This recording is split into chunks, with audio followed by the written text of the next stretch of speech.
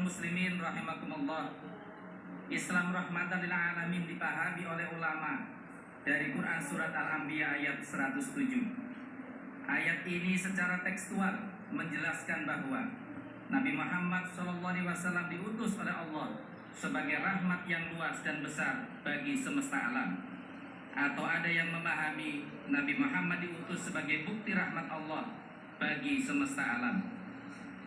Allah Subhanahu wa Ta'ala tidak membiarkan makhluk terbaik yang dimuliakannya, yaitu manusia, hidup tanpa pegangan dan tuntunan, sehingga terjerumus dalam jurang kenistaan dan jatuh pada titik puncak kehinaan. Untuk itulah, sebagai bukti kasih dan sayangnya, Allah mengutus para rasul di tengah-tengah masyarakat. Para rasul inilah termasuk Nabi Muhammad SAW yang telah membuka jalan hidayah, sehingga manusia dapat membangun kehidupannya dengan penuh cinta dan damai, tanpa kekerasan, fairness, tanpa diskriminasi dan bully, penuh toleransi dan tanpa subordinasi. Nabi Muhammad juga sebagai sosok Nabi Rahmah. Bagaimana tidak? Sosoknya tak henti dipuji dan kehidupannya tak kering dipelajari. Meskipun pada saat yang sama, hinaan padanya juga terus terjadi. Bahkan sebagiannya diabadikan dalam kitab suci yang ia terima dari Rabbul Izzati. Sebagai manusia, Nabi Muhammad mengalami apa yang dialami manusia pada umumnya, seperti rasa kesal, gusar, kecewa, bingung, lelah, sedih, senang, dan lain-lain. Namun sisi manusiawi ini tidak menghilangkannya sebagai sosok teladan, seperti dinyatakan oleh Allah dalam Quran surat Al-Ahzab ayat 21. A'udzu billahi minasyaitonir rajim. Laqad kana lakum fi Rasulillahi uswatun hasanah liman kana yarjullaha wal yawmal akhir wa dzakarallaha katsiran. Hal ini karena ia telah memancarkan rahmat Allah, sehingga realitas sosial yang tidak ideal dan tidak sesuai dengan harapan dapat diatasi, di antaranya melalui sikapnya yang penuh maaf. Tidak berlaku baginya prinsip tiada maaf bagimu, bahkan terhadap orang yang nyata-nyata menyakitinya. Nabi Muhammad bahkan bukan hanya memaafkan mereka yang berperilaku adigang, adigung, adiguna, mereka yang menonjolkan supremasi dan kekuatan, membanggakan keturunan dan kebangsawanan, memamerkan kelebihan dan kecerdikan, dan mereka yang jumawa dan menganggap sah melakukan kesewenang-wenangan dengan kelebihan yang dimiliki, namun juga mendoakan dan memohonkan ampunan. Sikap ini lahir dari kebesaran jiwanya dan sikap positifnya terhadap manusia.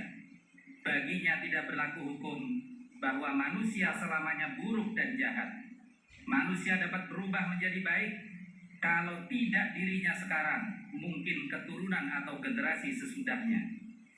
Dua sikap itulah yang menjadi kunci pembuka untuk terjadinya musyawarah dan islah, sehingga orang atau mereka yang pernah berbuat kesalahan bukan dipukul tapi dirangkul, tidak diinjak tapi diajak, dibina bukan dihina, dididik bukan dibidik, diajar bukan dihajar, dan dinasihati bukan dicaci.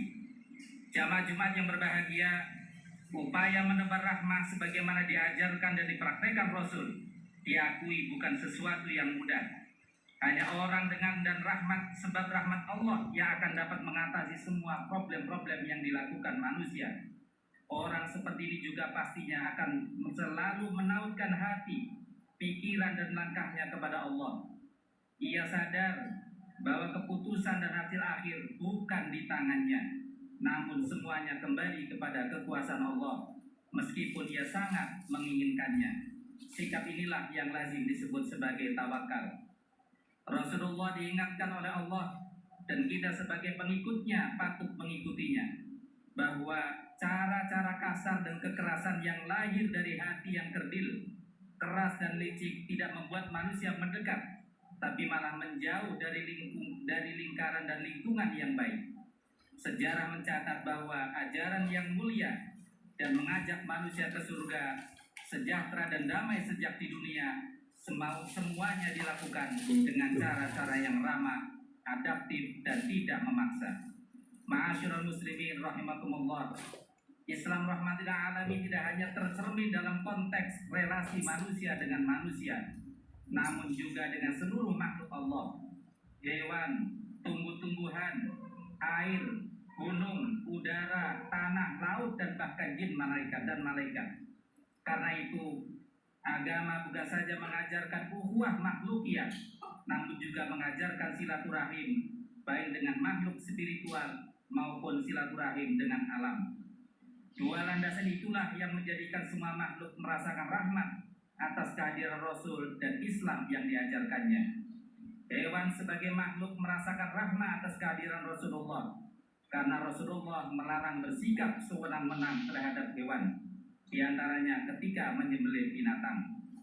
Alam secara keseluruhan juga mendapatkan rahmat, karena Allah melalui lisan nabinya melarang merusak alam. Hal ini sebagaimana disebutkan dalam firman Allah Quran Surat Al-A'raf ayat 85. Dengan demikian, Islam rahmatan lil alamin adalah Islam yang anti kekerasan dan membuat kerusakan, pantang menghina, merendahkan atau memberi label negatif, menjauhi prejudis, mencari-cari kesalahan orang lain, dan riba. Islam yang mengajarkan bahwa yang kuat harus melindungi yang mendoakan, musyawarah dan tawakal. Musyawarah tidak akan terjadi andai pintu maaf belum terbuka. Mendoakan orang yang berbuat salah terhadap kita juga hampir mustahil bila belum dibuka pintu maaf. Karena itu, kunci rekonsiliasi atau islah adalah memaafkan, dimulai dengan musafahah, bersalaman, dan mengembalikan hak-hak yang terampas. Basis Islam rahmatan lil alamin adalah ukhuwah dan silaturahim. Islam rahmatan lil alamin adalah maqasidul am lisyariah, bahwa muara dari ajaran Islam adalah maslahah, kasih sayang, dan kedamaian. Demikian khutbah pertama saya, mudah-mudahan bermanfaat. Barakallahu li wa lakum fil Qur'anil azim wa nafa'ani wa iyyakum bima fihi minal ayati wa dzikril hakim wa ni wa minkum tilawatahu innahu.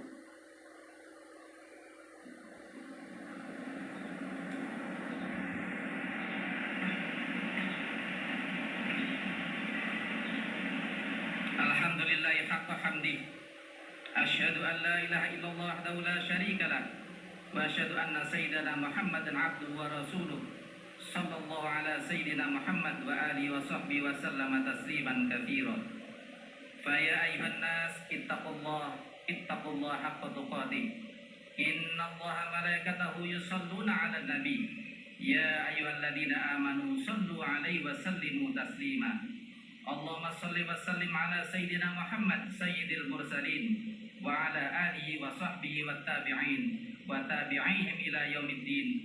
Allahumma ighfir lil mu'minina wal mu'minat wal muslimina wal muslimat al ahya'i minhum wal amwat innaka sami'un qaribun mujibud da'awat. Allahumma aslih a'immatana wa ummatana wa qadatana wa ulama'ana wa fuqahana wa masyayikhana salahan tamman 'amman waj'alna hudatan muhtadin. Allahumma ansur man nasaraddin wa khudhul man khadalal muslimin.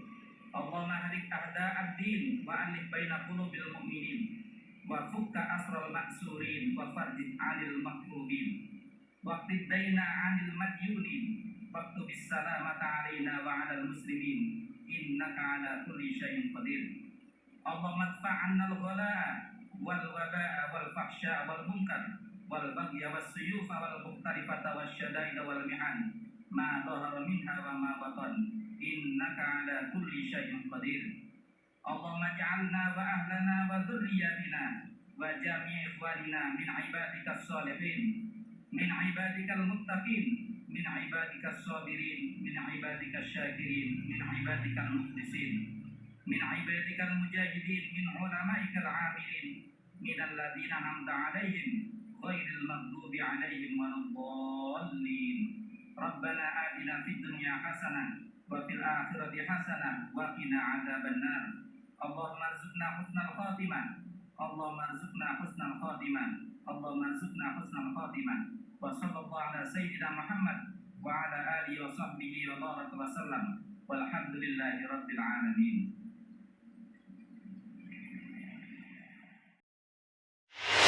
Bye.